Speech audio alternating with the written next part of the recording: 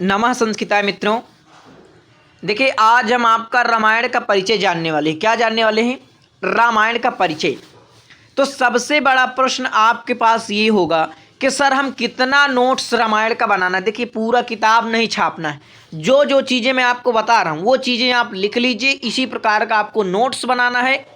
जो जो मैं चीज़ें आपको बता देता हूँ, इसके अलावा कहीं भी आपको खोजने की ज़रूरत नहीं पड़ेगी। भाई, रामायण में जान लीजिए कि कौन सी रीति है, कौन सा रस है, और रामायण में कितने सर्ग हैं, है ना। और रामायण के लेखक कौन हैं, और अगर रामायण में आपके 7 अगर कांड हैं तो उन कांडों में कौन कौन सी घटनाएं किस कांड में घटी है वो भी आपके दिमाग में डालूंगा। इसके बाद रामायण के जो संस्करण हुए हैं, यानी जो 4 रामायण के संस्करण, बम्बई का संस्करण, बंगाल का संस्करण, पश्चिमोत्तर संस्करण और दक्षिणात्य संस्करण, ये जो संस्करण हुए हैं उनके बारे में मैं आपको बताऊंगा। जो महत्वपूर्ण चीज़ें हैं। फिर क्या जानना है कि रामायण की महत्वपूर्ण जो सूक्ति हैं, जो आपके परीक्षा पर पूछ लेते कि भाई ये किस ग्रंथ से संबंधित, तो सर रामायण से संबंधित है। कौन कौन सी वो सूक्तियां हैं उन्हें भी आपको लिखवा दे रहा हूं इसी में। इसके बाद आप जानेंगे कि देखिए, रामायण तो है, आप जानते हैं कि वाल्मीकि की कृति है, लेकिन कुछ रामायण और, जैसे कि रामचरितमानस है। रामचरितमानस किसकी है? तो रामचरितमानस सब जानते हैं, बहुत प्रसिद्ध है। ये रामचरितमानस जो है अवधी भाषा पर तुलसीदास लिखते हैं, और इसका जो उपजीव होता है रामायण का, वो रामचरितमानस का वो रामायण ही होता है। तो विभिन्न जगह पर, यानी कि चाहे आपके जैसे मान लो कि तेलुगु हो गया और तमिल हो गया, यहाँ भी रामायण लिखी गई। तो अब आपसे 2-3 प्रश्न भी मैं आपके दिमाग पे डालने का प्रयास कर रहा हूँ। तो रामायण आपके बहुत लिखी गई हैं, जैसे योग वासिष्ठ रामायण, अध्यात्म रामायण, ये सब रामायण है। अद्भुत रामायण, आनंद रामायण, और ये रामायण आपका मूल ग्रंथ आपका वाल्मीकि का। इसी रामायण को लेकर अन्य अन्य लोग जो है काम किए हैं, जैसे कि तुलसीदास ने अवधि में लिख दिया। एक रंगनाथ रामायण है मित्रों, अभी मैं आपको सब दिखाऊंगा, वो सारी रामायण आपको दिखाऊंगा, दिक्कत नहीं लेना। तो फिर मैं आपको दिखाऊंगा कि देखिए रामायण जो अन्य रामायण है। फिर आप देखिए इसमें जानेंगे कि रामायण से आधारित जो महाकाव्य हैं, ठीक है, रामायण आधारित जो क्या हैं महाकाव्य कुछ हैं। तो कौन कौन से वो महाकाव्य हैं उनके बारे में मैं आपको बताऊंगा। उन महाकाव्य जो महत्वपूर्ण है उन्हें आपको नोट करा दूंगा। फिर जो चंपू काव्य हैं उनको मैं आपको लिखवा दूंगा। ये नोट्स आपको बनाना है। फिर रामायण आधारित जो कुछ रूपक मिलते हैं, रूपक यानी नाटक, उनको मैं आपको लिखवा दूंगा, ठीक है। अब जानना है फिर रामायण की, आपको क्या जानेंगे, रामायण की कुछ टीकाएं, जो चुनिंदा टीकाएं हैं, महत्वपूर्ण टीकाएं हैं, ठीक है, वो टीकाएं भी मैं आपको बता दूंगा। पूरा नोट्स आपको दिखाऊंगा किस प्रकार से आपको बनाना है, तो आपको दिक्कत नहीं लेना। पहले जान लीजिए, अगर कोई पूछे कि रामायण किसकी रचना है, तो सर वाल्मीकि की कृति है। इसमें कितने कांड है भैया? पूछ लिया कि कितने कांड है, तो सर 7 कांड हैं। इसमें कितने कांड हैं सर? 7 कांड हैं। कौन कौन से कांड है? तो कांडों का क्रम ध्यान रखना परीक्षा में। तो देखियो, बाल अयोध्या आरंड किष्किंधा सुंदर युद्ध। देखिए थोड़ा मैं और जूम कर देता हूं। अब देखिए 7 कांड दिखाई दे रहे हैं आपको कि बाल अयोध्या आरंड किष्किंधा सुंदर युद्ध उत्तर रामायण। 2 बार बोली, भला नहीं याद होता कि बाल अयोध्या आरंड किष्किंधा सुंदर युद्ध उत्तर रामायण। बाल अयोध्या आरंड किष्किंधा सुंदर युद्ध उत्तर रामायण। अब 7 कांड आपको याद हो गए कि बाल कांड, फिर दूसरा अयोध्या कांड, तीसरा आरंड कांड, और चौथा आपका किष्किंधा कांड, 5वां है आपका सुंदर कांड, 6वां जो है युद्ध कांड है, और 7वां आपका उत्तर कांड है। अब ये सर्ग आपको ध्यान रखना। देखिए बाल कांड में आपके 77 सर्ग हैं। एक याद करो पहले, बाल कांड में कितने हैं? 77 सर्ग हैं। इसके बाद अयोध्या कांड में आपके 119 हैं। अब ये जो आरंड कांड है, आपको इस प्रकार से ध्यान रखना कि हम सर आप बताए थे कि बाल कांड में 77 सर्ग हैं, और बाल कांड में 77 में 2 कम कर दो तो 75 आ जाता है, यानी कि हमें आरंड कांड का मिल जाएगा। अब ये देखो यहाँ पर 2 सर्ग कम कर दोगे, माइनस कर दो तो आपके 75 आ जाएंगे। फिर ये अब ध्यान रखने वाली चीजें, 2 प्रश्न यहाँ से और नोट कर लो। सबसे बड़ा कांड आपका ये है जो आपको युद्ध कांड दिखाई दे रहा, अब आपसे मैं पूछूंगा कि सबसे बड़ा कांड कौन सा है, तो बताएंगे सर सबसे बड़ा कांड युद्ध कांड है। मैं पूछूंगा कितने सर्ग हैं, आप बताएंगे सर उसमें 128 सर्ग हैं। कितने सर्ग हैं, 128 सर्ग हैं।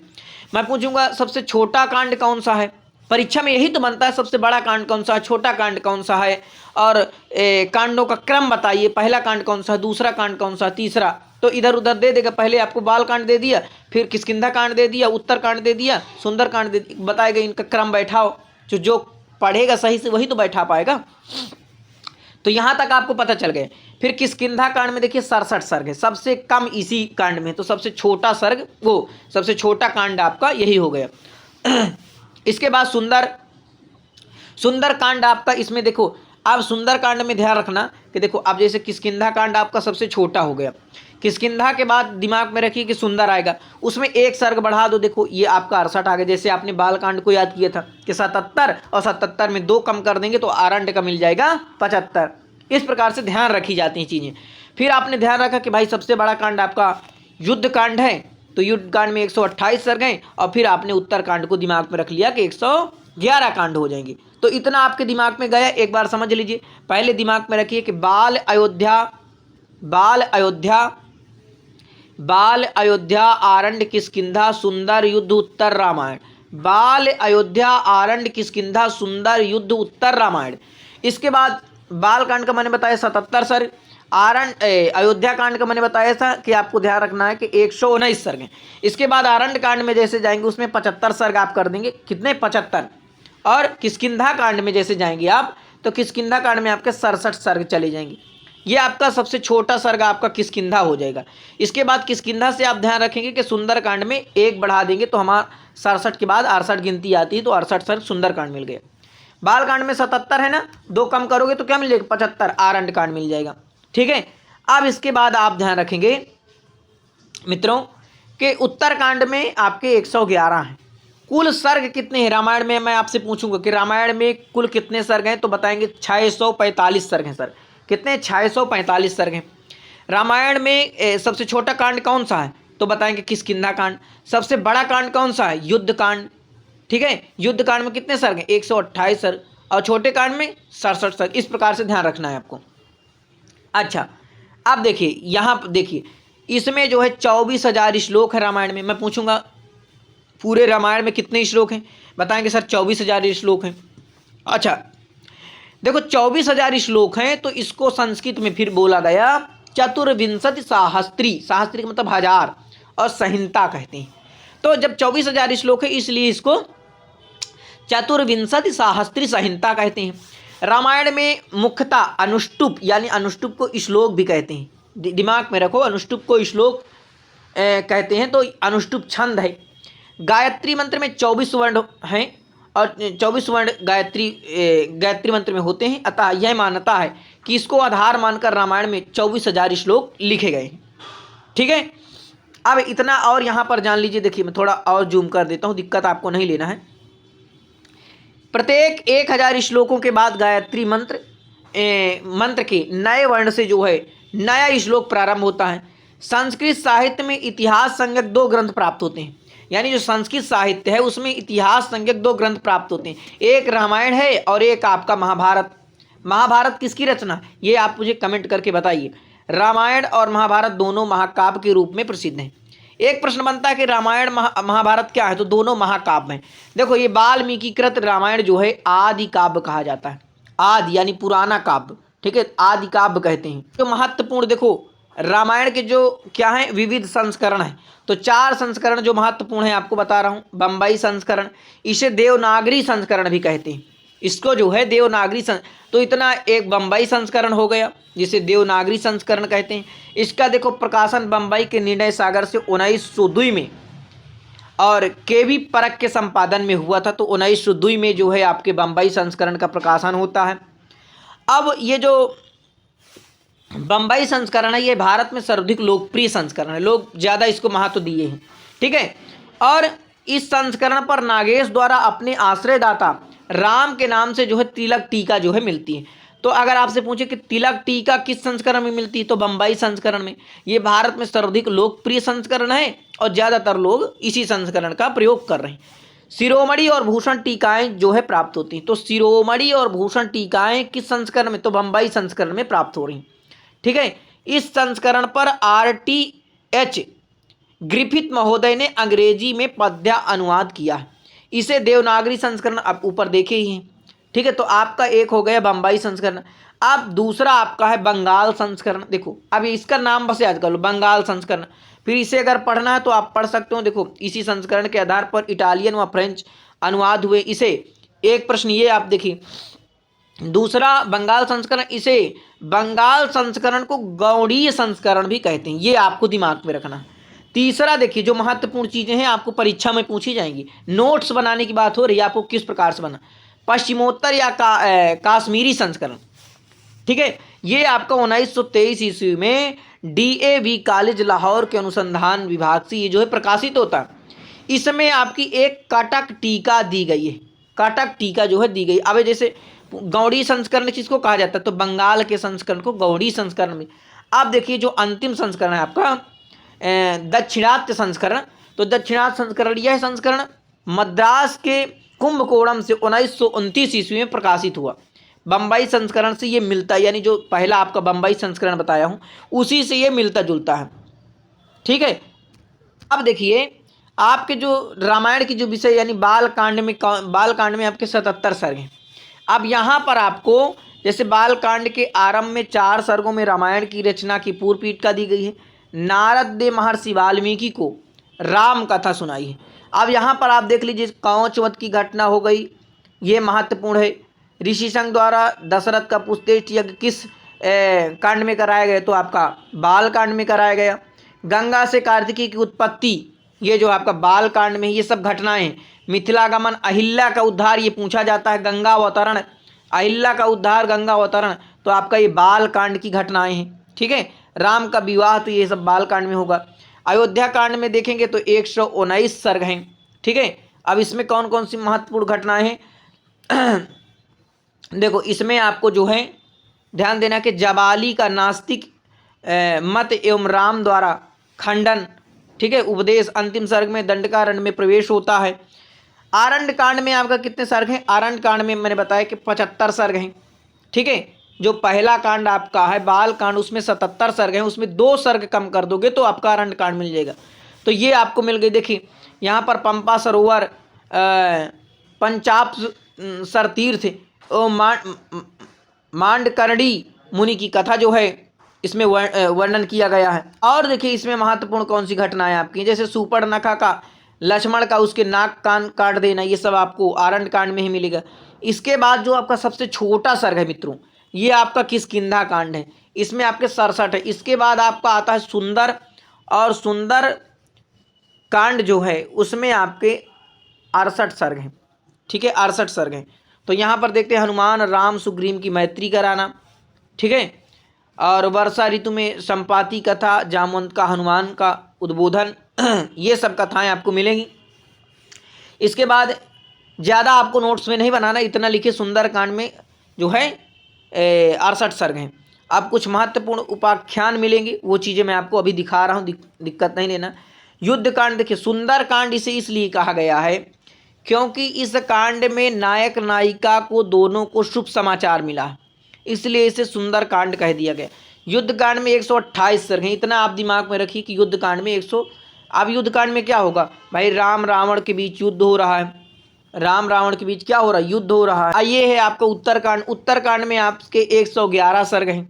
ठीक है, बाल कांड के समान ही अनेक इतिहास पुराणात्मक आख्यान यहाँ पर आपको मिल रहे हैं। ठीक है, जैसे राजा, अब ये महत्वपूर्ण चीज़ें हैं, देखो ये आपके परीक्षा में राजा नग उर्वशी वशिष्ठ ययाति के आख्यान, इसे लिख लीजिए। इसके बाद आपको इला पुरुरुआ आख्यान, ये आपका हो गया, इसे आप लिख लीजिए। ठीक है, ये आपको नोट्स में बनाना है। रामायण में रस जान लीजिए। देखिए रामायण में, यद्यपि रामायण में करुण श्रृंगार वीर रस का व्यापक प्रयोग है, तथापि कवि का प्रयोग करुण रस की ओर जो है, यानी रामायण में करुण रस है। रामायण में रस कौन सा है, तो करुण रस है। आचार्य आनंदवर्धन ने 850 ईस्वी में ध्वन्यालोक में स्पष्ट रूप से रामायण में करुण रस की जो है पुष्टि की है। तो आपको करुण रस ध्यान रखना है। नोट्स जब बनाएंगे आप, अब रामायण में रस हो गया, रामायण में भाषा शैली, तो देखिए वाल्मीकि की जो है वैदर्भी शैली है। रामायण में छंदो योजना तो आप देखे ही हैं कि भाई रामायण में जो है अनुष्टुप, अनुष्टुप को श्लोक कहते हैं, तो ये छंद का प्रयोग किया गया है। रामायण में रामायण का जो समय निर्धारण है कि रामायण का समय कितना माना गया है, इसके बारे में देखो विद्वानों का बहुत मतभेद है कि भाई इसका रामायण का समय क्या माना जाए। तो विद्वानों ने अपने अपने हिसाब से इसका समय माना है। अब एक दो समय अगर आप याद रखते हैं तो बहुत आसानी से आपको दिक्कत नहीं। जैसे देखो रामायण जो वैदिक साहित्य के अंतिम पड़ाव पर, यानी इसका जो है 700 ईसा पूर्व, तथा जो बौद्ध धर्म है, इन्होंने बौद्ध धर्म यानी 500 ईसा पूर्व उदय के मध्य जो है रचा गया है। ये आपका रामायण का एक समय है। रामायण का समय देखिए आपका 300 से 600 भी मिल रहा, 600 ईसा पूर्व भी मिल रहा। तो ये सब अलग अलग है। ये चीज़ें आपको एक दो याद किए रहेंगे तो आपको कोई दिक्कत नहीं होगा, ठीक है। अब यहाँ पर ये आपके लिए महत्वपूर्ण है। इसमें श्लोक कितने, तो 24,000 हो गए, इसीलिए चतुर्विंशति सहस्त्री कहते हैं। रामायण में 7 कांड हैं, 500 सर्ग हैं, और एक जगह मैंने बताया 645 सर्ग भी मिले, वहाँ भी आपको लगाना है। बाल कांड में कहा गया, क्या कहा गया कि चतुर्विंशत सहस्राणि श्लोकानाम उक्तवान ऋषि तथा सर्ग शतान पंच षट्कांडानि तथोत्तमम। तो ये महत्वपूर्ण रामायण की चीज़ें, इनको भी आपको नोट्स में बना लेना है। रामायण के जो ग्रंथ देखो, योग वासिष्ठ रामायण मिलती है, आध्यात्म रामायण हो गया, कादम्ब रामायण ये आपकी तमिल भाषा में, ध्यान रखना, और अद्भुत रामायण है, अगस्त रामायण है, रंगनाथ रामायण ये तेलुगु में है, कृतिवास रामायण बांग्ला भाषा में है, रामचरित आपके तुलसी की अवधी भाषा में। ये चीज़ें आपको ध्यान रखना है।